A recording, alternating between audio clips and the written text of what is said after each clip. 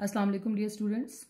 Today is our second lesson and it's about the Muslim scientist. In the previous lesson we just call out the names of these Muslim scientists and these were Jabir ibn Hayyan, Al-Razi, Al-Biruni, Ibn Sina. Now we discuss these Muslim scientists in detail. For this you should open your book on page 3 of your book and look at the first one heading Jabir ibn Hayyan. So I have highlighted the main points over here. The first one point, that is the father of, he is known as the father of chemistry. In Urdu it is called as Babae-Kimia. Why he is called as father of chemistry? Because he did a lot of work in the field of chemistry. That's why he is familiar with the name of father of chemistry. Point number 2. He was the first chemist who had well-established, means well-equipped laboratory, means at that time he had variety of operators for different experiments in his laboratory. Point number 3. He developed different experimental methods or techniques in which some are given below. First, you should listen the names. The first one, that is the distillation. Second one, that is the sublimation.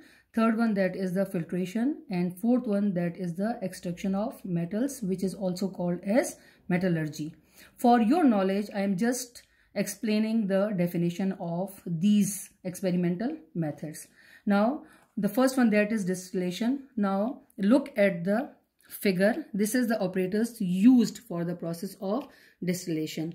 The definition of distillation is, it is a process in which two or more liquids can be separated from one another on the basis of differences in their boiling points.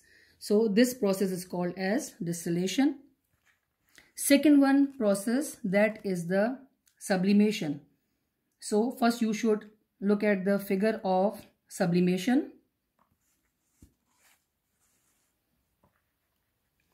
And the definition of sublimation is, it is a process in which a substance changes from a solid to a gaseous state without passing through the liquid state. So here you can see the operators, that there is inverted funnel and the given substance, for example naphthalene is taken or some other substance which sublime easily. So when the heat is provided, they vaporizes directly from solid state to gaseous state. So the vapors can be seen at the top of this inverted funnel. This process is called as sublimation.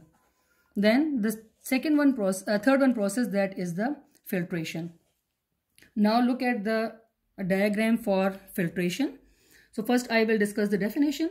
Filtration, it is a process in which a solid is separated from liquid with the help of the filter paper. You can also study this experiment in your class 7th or previous grades, that simply if you take the solution of sand and water, and for this purpose what we require the funnel, and it is filter paper is inserted inside the funnel, and when we pour the solution, so what will happen, the sand particles remain left at the filter paper and the water, it will pour out in the beaker. So the phenomena, it is known as filtration. Okay, now the third one process, that is the extraction of metals, and it is also known as the metallurgy. So metallurgy, it is defined as, it is a process of separation of metal from its original form, which is called as ore. If you can see the spelling of ore, O-R-E, or it is also known as the combined form. Combined form. So the metals can be separated for their best applications. For example, as you know that copper, it is used in wires because it is considered as a good conductor of electricity. For that purpose, copper can be separated from its combined state or from their ores. So the process, it is called as extraction of metals. So these are the few techniques which were introduced by Jabir ibn Hayyan, and these were distillation, sublimation, filtration and extraction of metals. I hope so they are clear to you. The next one point, that Jabir ibn Hayyan, he prepared hydrochloric acid and nitric acid. I have written their chemical formulas over here. HCl representing hydrochloric acid, HNO3 it representing the nitric acid, and as well as the white lead. So these were the few of his major contribution in the field of chemistry. Is it clear? Now look at the second scientist, and his name was Muhammad ibn Zakaria al-Razi. It is on the same book page, that is book page 3. And here you can also look at these points. Here I have highlighted some of the points. Point number 1. He was a physician, chemist, and a philosopher. He wrote 26 books.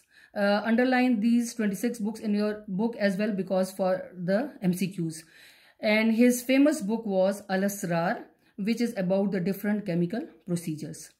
Then point number 3, he was the first to divide the substances into living and non-living origin.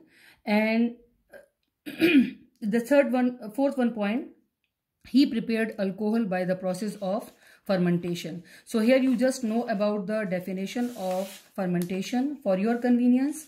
It is a process of decomposition of organic matter by the microorganisms. Microorganisms like bacteria or fungi. You are familiar with these two microorganisms. So the process is called as fermentation.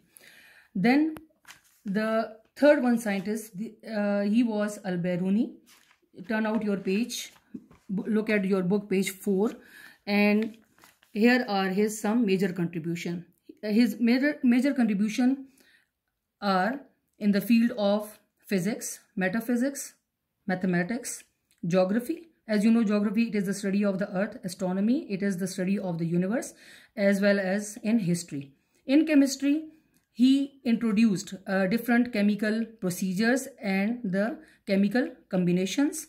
Most important in chemistry, he determined the density of various substances. So what is density? Density, it is defined as mass per unit volume, and it is represented by means of its formula as D is equal to M by V. So this is the contribution of Al-Biruni in the field of chemistry. Is that clear? Now look at fourth scientist. It is on the same page, that is page number 4, and his name was Ibn Sina. So he was familiar by the name of Aristotle. Aristotle in Urdu, it is called as Arastu, which means superior, best thinker. And his contribution is also in the field of mathematics, medicines, astronomy, medicinal chemistry, that branch of chemistry in which different types of medicines can be made, and as well as in the philosophy. He was the first scientist who rejected the idea that base metal means any metal into gold. That point, if you remember, you learned in the aims of alchemists. That was the aim of Muslim scientists, that they wanted to convert any metal into gold, but that idea was totally wrong, which was rejected by the Ibn Sina. Okay, now the fourth point, his books were taught in the Europe for centuries, and he wrote about 100 books. So in the these four scientists, they did a lot of work in the field of chemistry, and you should learn these points by reading one by one from your book page, and also know the meanings of these each and every word and sentences. So revision and reading, it is compulsory. Must listen the first lesson and the second lesson again and again, and also follow your notes which are given to you in the form of the photocopy. Okay, thank you.